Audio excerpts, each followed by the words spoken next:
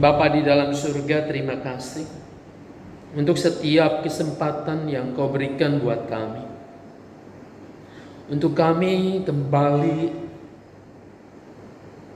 dalam perenungan firman-Mu dan di dalam doa-doa kami. Biarlah Roh Kudus menolong kami memahami, mengerti firman ini dengan baik. Dan ketika kami mengertinya, kami dapat melakukannya dalam hidup sehari-hari. Sertai hamba-Mu dalam kelemahan keterbatasannya, supaya ia boleh dengan leluasa untuk menyampaikan sabda-Mu untuk kami kini dan di sini. Bersabdalah ya Bapa, kami siap mendengarkannya. Di dalam nama Tuhan kami Yesus Kristus, Sang Firman yang telah menjadi manusia, dengan kekuatan dari Roh Kudus kami berdoa kepada Bapa di surga. Amin. Saudara-saudara, seperti yang tadi saya sudah sampaikan, pada saat ini kita akan meneruskan untuk merenungkan, untuk mempelajari kembali karya Roh Kudus dalam hidup orang percaya. Saat ini kita akan merenungkan bagian dari Kisah Rasul pasal 2 ayatnya yang ke-14 sampai dengan 40, dengan perenungan Roh Kudus memberi kemampuan untuk bersaksi. Saya akan bacakan untuk kita semua Kisah Rasul pasal 2 ayat 14 sampai 40 demikian. Maka bangkitlah Petrus berdiri dengan ke-11 rasul itu, dan dengan suara nyaring ia berkata kepada mereka, "Hai kamu orang Yahudi dan kamu semua yang tinggal di Yerusalem, ketahuilah dan camkanlah perkataanku ini. Orang-orang ini tidak mabuk seperti yang kamu sangka, karena hari baru pukul 9. Tetapi itulah yang difirmankan Allah dengan perantaraan Nabi Yoel. Akan terjadi pada hari-hari terakhir. Demikianlah firman Allah, bahwa aku akan mencurahkan rohku ke atas semua manusia. Maka anak-anakmu laki-laki dan perempuan akan bernubuat, dan teruna-terunamu akan mendapat penglihatan-penglihatan, dan orang-orangmu yang tua akan mendapat mimpi. Juga ke atas hamba-hambaku laki-laki dan perempuan akan kucurahkan rohku pada hari-hari itu, dan mereka akan bernubuat. Dan aku akan mengadakan mukjizat-mukjizat di atas, di langit, dan tanda-tanda di bawah di bumi, darah dan api dan gumpalan-gumpalan asap.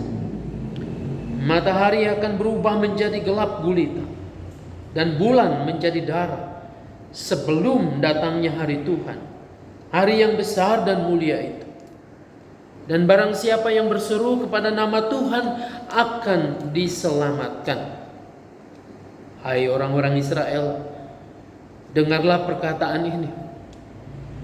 Yang aku maksudkan ialah Yesus dari Nazaret, seorang yang telah ditentukan Allah dan yang dinyatakan kepadamu dengan kekuatan-kekuatan dan mukjizat-mukjizat dan tanda-tanda yang dilakukan oleh Allah dengan perantaraan Dia di tengah-tengah kamu, seperti yang kamu tahu. Dia yang diserahkan Allah menurut maksud dan rencananya telah kamu salibkan dan kamu bunuh oleh tangan bangsa-bangsa durhaka. Tetapi Allah membangkitkan Dia dengan melepaskan Dia dari sengsara maut, karena tidak mungkin Ia tetap berada dalam kuasa maut itu. Sebab Daud berkata tentang Dia, aku senantiasa memandang kepada Tuhan, karena Ia berdiri di sebelah kananku, aku tidak goyah. Sebab itu hatiku bersuka cita dan jiwaku bersorak-sorak, bahkan tubuhku akan diam dengan tentram. Sebab Engkau tidak menyerahkan aku kepada dunia orang mati, dan tidak membiarkan orang kudus-Mu melihat kebinasaan. Engkau memberitahukan kepadaku jalan kehidupan. Engkau akan melimpahi aku dengan sukacita di hadapan-Mu. Saudara-saudara, aku boleh berkata-kata dengan terus terang kepadamu tentang Daud, bapa bangsa kita. Ia telah mati dan dikubur, dan kuburannya masih ada pada kita sampai hari ini. Tetapi ia adalah seorang nabi dan ia tahu bahwa Allah telah berjanji kepadanya dengan mengangkat sumpah bahwa ia akan mendudukkan seorang dari keturunan Daud sendiri di atas tahtanya. Karena itu ia telah melihat ke depan dan telah berbicara tentang kebangkitan Mesias, ketika ia mengatakan bahwa dia tidak ditinggalkan di dalam dunia orang mati dan bahwa dagingnya tidak mengalami kebinasaan. Yesus inilah yang dibangkitkan Allah, dan tentang hal itu kami semua adalah saksi. Dan sesudah ia ditinggikan oleh tangan kanan Allah dan menerima Roh Kudus yang dijanjikan itu, maka dicurahkannya apa yang kamu lihat dan dengar di sini. Sebab bukan Daud yang naik ke surga, malahan Daud sendiri berkata, Tuhan telah berfirman kepada Tuanku, duduklah di sebelah kananku sampai kubuat musuh-musuhmu menjadi tumpuan kakimu. Jadi seluruh kaum Israel harus tahu dengan pasti bahwa Allah telah membuat Yesus yang kamu salibkan itu menjadi Tuhan dan Kristus. Ketika mereka mendengar hal itu, hati mereka sangat terharu. Lalu mereka bertanya kepada Petrus dan rasul-rasul yang lain, apakah yang harus kami perbuat, saudara-saudara? Jawab Petrus kepada mereka, bertobatlah dan hendaklah kamu masing-masing memberi dirimu dibaptis dalam nama Yesus Kristus untuk pengampunan dosa. Maka kamu akan menerima karunia Roh Kudus. Sebab bagi kamulah janji itu, dan bagi anak-anakmu, dan bagi orang yang masih jauh, yaitu sebanyak yang akan dipanggil oleh Tuhan Allah kita. Dan dengan banyak perkataan lain lagi, ia memberi suatu kesaksian yang sungguh-sungguh, dan ia mengecam dan menasihati mereka, katanya, berilah dirimu diselamatkan dari angkatan yang jahat ini. Sampai demikian jauh pembacaan firman Tuhan. Tuhan Yesus berkata, yang berbahagia setiap kita yang mau mendengarkan firman Allah, memelihara dengan melakukannya. Roh Kudus memberi kemampuan untuk bersaksi. Saudara yang dikasihi dan mengasihi Tuhan Yesus, saya percaya terlalu sering kita mendengar kata kesaksian atau bersaksi di dalam gereja atau di seputar kehidupan orang percaya, orang Kristen. Apa sebenarnya yang dimaksudkan dengan bersaksi itu? Benar kata ini berangkat atau berasal dari persidangan. Ada seorang yang tertuduh lalu didakwa dengan hukuman, dan kemudian hakim akan menghadirkan saksi-saksi. Saksi adalah orang yang melihat, mendengar, merasakan, mengalami perbuatan dari orang tersebut. Namun saksi juga ada namanya saksi ahli. Karena keahliannya ia dapat bersaksi, dipanggil oleh pengadilan lalu memberikan kesaksian. Jelas kalau menurut saya kesaksian itu berangkat bukan asal bicara, bukan asal ngomong, tapi ada sesuatu yang dialami, ada sesuatu yang ia pikirkan dengan baik, dan dengan kesaksian itulah mereka memberikan pernyataan. Jadi kehidupan orang Kristen ketika bersaksi jelas juga bukan kesaksian yang main-main, bukan kesaksian yang asal-asalan, tetapi ada pengalaman hidup bersama-sama dengan Tuhan. Kalau tadi kita belajar dari pemazmur dari Daud, pengalamannya begitu rupa dengan Tuhan. Pengalamannya bukan selalu menyenangkan, tapi kebanyakan mengalami ancaman dan bahaya. Dan Tuhan yang menyelamatkan itu sungguh-sungguh nyata. Kali ini kita mau belajar kesaksian tentang apa yang disampaikan oleh para rasul, khususnya oleh Petrus kepada banyak orang. Nah, saudara-saudara yang dikasihi dan mengasihi Tuhan Yesus, sebelum kita masuk ke dalam pembahasan apa yang disampaikan oleh Petrus, kita melihat kenyataan yang ada pada saat sekarang ini. Dalam kehidupan masyarakat yang serba permisif, maklum dan seterusnya, dengan hal-hal yang buruk, kalau dibiasakan ini menjadi sebuah kebiasaan yang terus-menerus ditolerir. Umpamanya melanggar peraturan lalu lintas, makin hari kita lihat makin biasa. Malah yang tidak melanggar, yang baik-baik saja, itu dianggap aneh. Beberapa kali kalau saya pergi ke gereja sini, sekarang sudah dibangun beberapa halte di Jalan Hayam Wuruk Gajah Mada, dan kemudian di situ ada tempat penyeberangan orang. Selalu ada lampu merah kalau orang akan menyeberang. Kalau saya berhenti ketika lampu merah itu, justru dipandang aneh mungkin, karena sudah terbiasa lampu merah itu tidak dianggap. Dan kalau saya berhenti di belakang zebra cross itu, ini juga adalah hal aneh. Di belakang banyak klakson suruh maju. Ini sesuatu yang lama-kelamaan menjadi biasa. Korupsi sama. Kita prihatin, makin hari makin banyak orang yang berkorupsi.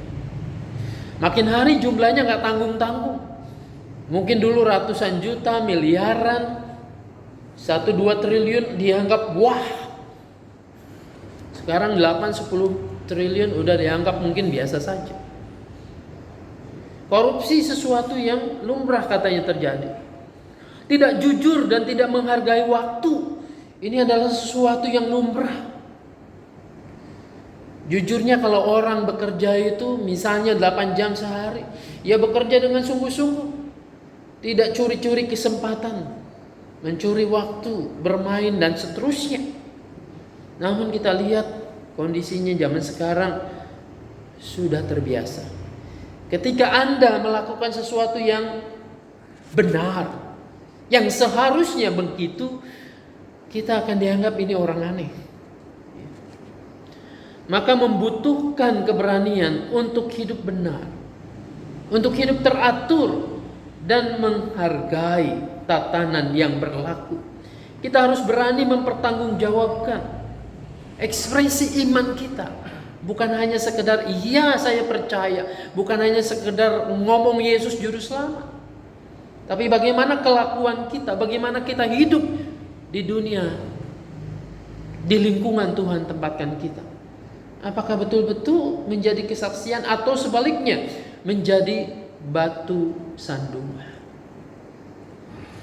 Saudara-saudara, beranikah mungkin kita pada saat ini menanggung konsekuensinya? Bahwa kita dipandang sebagai orang yang aneh, dipandang sebagai orang yang nyeleneh, dipandang sebagai orang yang katakanlah idealis. Itulah tantangan buat kita. Nah, para rasul juga demikian. Ketika mereka mencoba menampilkan satu kesaksian, maka dipandang aneh, pandang sebagai orang-orang yang mabuk. Ketika banyak orang yang menyangka bahwa para rasul itu mabuk karena mereka berbicara, menjelaskan firman Tuhan menurut bahasa yang dimengerti oleh setiap orang yang datang pada waktu itu, yaitu peristiwa Pentakosta. Orang-orang Yahudi, khususnya pembesar-pembesar, mereka melihat bahwa ini orang mulai aneh. Mereka melihat bahwa apa yang dilakukan oleh rasul-rasul ini, oleh murid-murid Tuhan ini adalah sebagai atau seperti orang yang sedang mabuk. Nah, berangkat dari itu Petrus tampil dan menyanggah tuduhan mereka dengan pimpinan Roh Kudus. Ini pertama-tama harus kita sadari. Bukan karena kekuatan Petrus sendiri, tapi dengan pimpinan Roh Kudus itu Petrus tampil. Ia berkhotbah, ia menjelaskan tentang apa yang terjadi. Penjelasan tentang apa yang terjadi tentu bukan karena sembarangan yang ngomong juga, tapi ada ayat-ayat yang mendukung. Nubuat Nabi Yoel dia ungkapkan begitu lugasnya. Bukankah ini semua akan terjadi? Bahwa orang-orang akan bernubuat, orang-orang akan menjelaskan firman Tuhan dan dimengerti oleh orang-orang lain. Lalu pada kesempatan ini juga Petrus menjelaskan bagaimana karya Kristus sebagai Mesias itu yang ditolak oleh mereka. Justru ketika Yesus mengajarkan kebenaran, ia tampil menyatakan kehendak Allah dan kerajaan Allah. Yang terjadi justru adalah ditangkap, diberangus, lalu disiksa, disalibkan, dibunuh di sana. Petrus menjelaskan, yang kamu bunuh itu adalah Mesias. Yang kamu tolak itu adalah sebenarnya juru selamat. Saudara-saudara, begitu rupa Petrus menjelaskan tentang isi kitab suci. Lalu menjelaskan siapa Yesus. Jelas kesaksian itu yang terutama bukan menceritakan dirinya sendiri. Saya tidak menemukan di sini Petrus menceritakan, membanggakan dirinya. Oh, saya sudah begini, begitu, dan seterusnya. Saya punya prestasi ini, saya bisa berkhotbah dan lain sebagainya. Tidak. Utamanya ia bersaksi adalah tentang Yesus Kristus. Figur itulah yang disampaikan dengan lugas, dengan tegas oleh Petrus. Saudara-saudara, kesaksian yang benar selalu demikian. Bukan menyaksikan diri sendiri. Bukan pencitraan untuk mengangkat pamor diri sendiri. Saudara, jangan anggap orang bersaksi kemudian ia memamerkan kebaikannya. Ia menceritakan begitu rupa panjang lebar, lalu di ujungnya baru menceritakan Yesus. Dan ia mengatakan ini adalah kesaksian. No, bukan begitu. Setiap kesaksian orang percaya tidak perlu untuk publikasi yang berlebihan, sehingga semua orang harus tahu. Tidak demikian. Tapi yang utama adalah Kristus dipahami, dimengerti sebagai Tuhan dan Juru Selamat. Dan yang bisa melakukan itu siapa?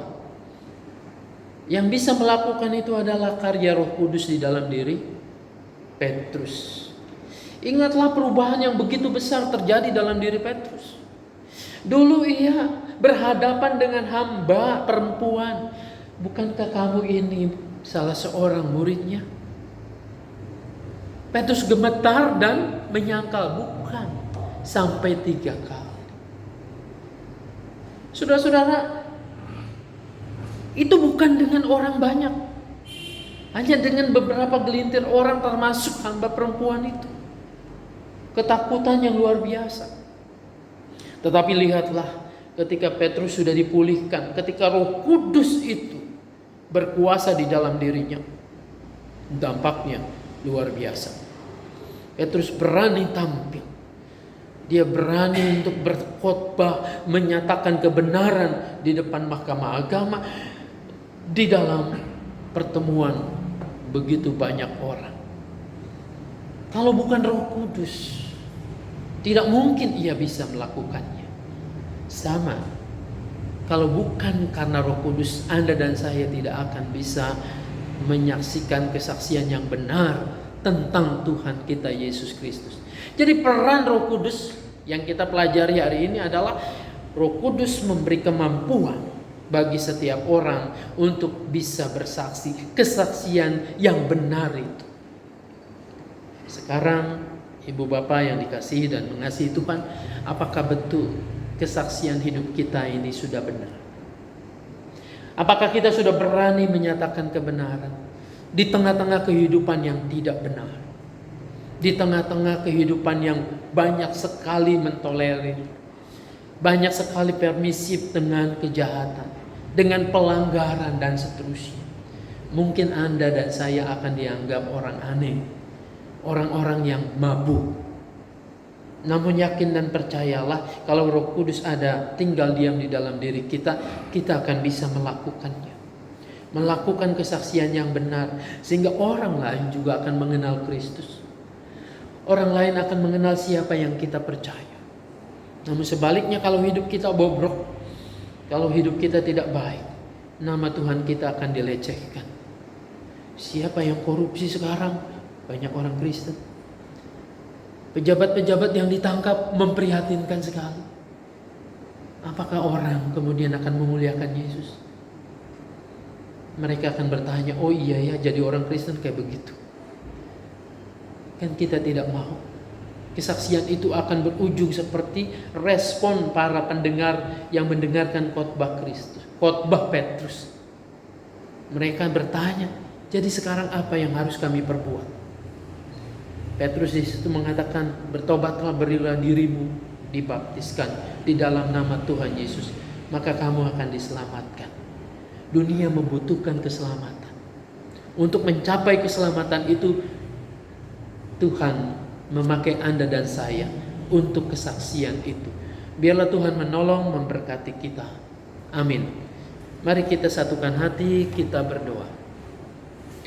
Bapa di dalam surga, terima kasih kami boleh kembali diingatkan akan tugas dan tanggung jawab sebagai murid-Mu, sebagai pengikut-Mu, yaitu menyaksikan karya Kristus pada dunia ini. Mampukan kami untuk melakukannya.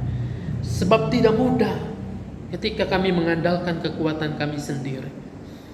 Mungkin kami akan dipandang sebagai orang yang mabuk, orang yang aneh. Namun kuasa Roh Kudus-Mu akan tetap menolong, memampukan kami, sehingga kesaksian itu membuahkan hasil. Ada banyak orang yang mengenal Engkau.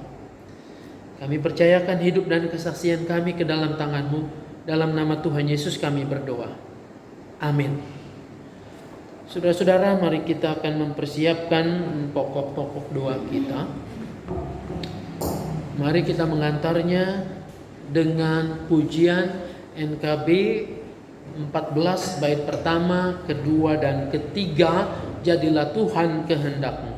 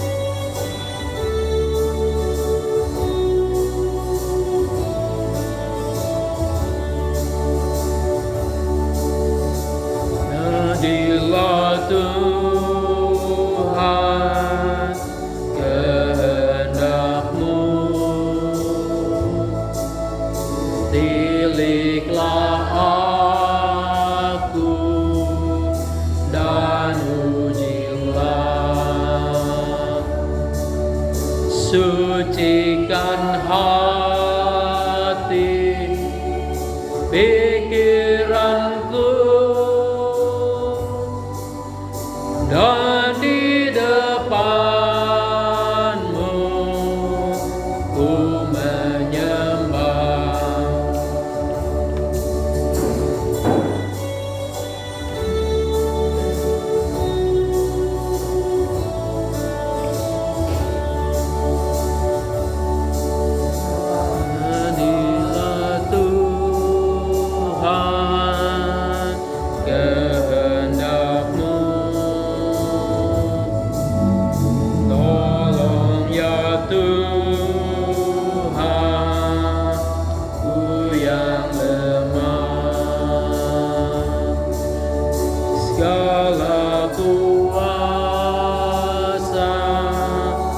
di tangan-Mu. Jamahlah aku, sembuhkanlah.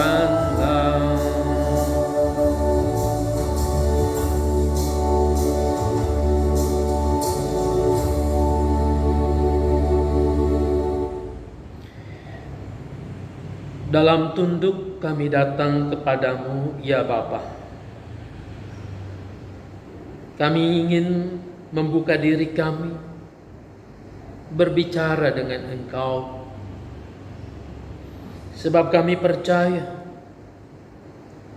seperti Bapa, seperti orang tua kami yang mendengar keluh kesah anak-anak-Mu, maka Bapa akan mendengarkan kami. Saudara-saudara, marilah kita sampaikan doa-doa pribadi kita kepada Tuhan dengan tulus dan jujur. Ungkapkanlah segala doa-doa kita.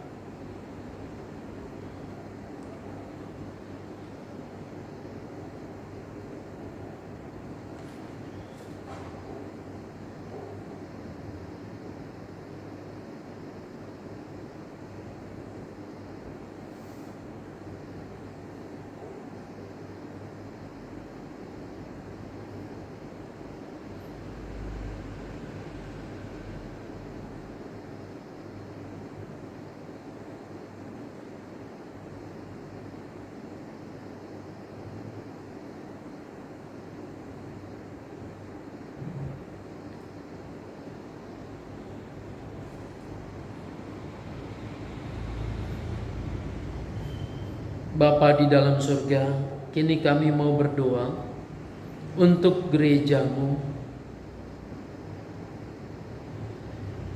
agar diberikan kemampuan oleh kuasa Roh Kudus untuk menyaksikan kebenaran Injil Yesus Kristus. Setiap anggota pasti berbeda peran, karena Engkau menitipkan banyak talenta.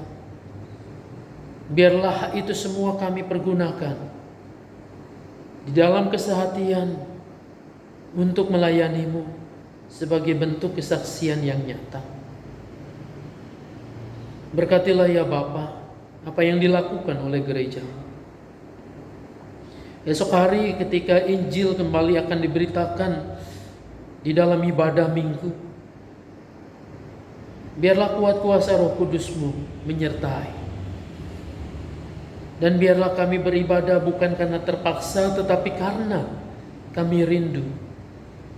Ada di dekat Engkau, kami rindu untuk mengerti, memahami, supaya kami dapat melakukan firman itu dalam hidup sehari-hari. Saat ini kami berdoa untuk bangsa dan negara kami, Indonesia. Khususnya kami berdoa untuk aparat penegak hukum, agar diberikan keberanian, kemampuan untuk menegakkan kebenaran dan keadilan. Tidak pandang bulu, tidak pilih kasih, tetapi menyatakan yang benar adalah benar, yang salah adalah salah. Bangsa ini membutuhkan figur yang baik, contoh teladan yang nyata. Kiranya juga Tuhan menghadirkannya. Kami juga kiranya tidak hanya pandai untuk mendoakan, tetapi juga dapat melakukan ketaatan kepada hukum yang ada di Indonesia ini. Bapa di surga, kami berdoa agar Roh Kudus memberikan kejujuran dan kemampuan untuk kami semua dapat dipercaya, untuk kami punya integritas yang baik. Saat ini kami juga berdoa untuk mereka yang sedang takut, sedang pesimis, dan dalam keadaan sakit. Biarlah Engkau memberikan kemampuan untuk tetap percaya. Roh Kudus menguatkan mereka untuk tidak takut dan tidak gampang menyerah.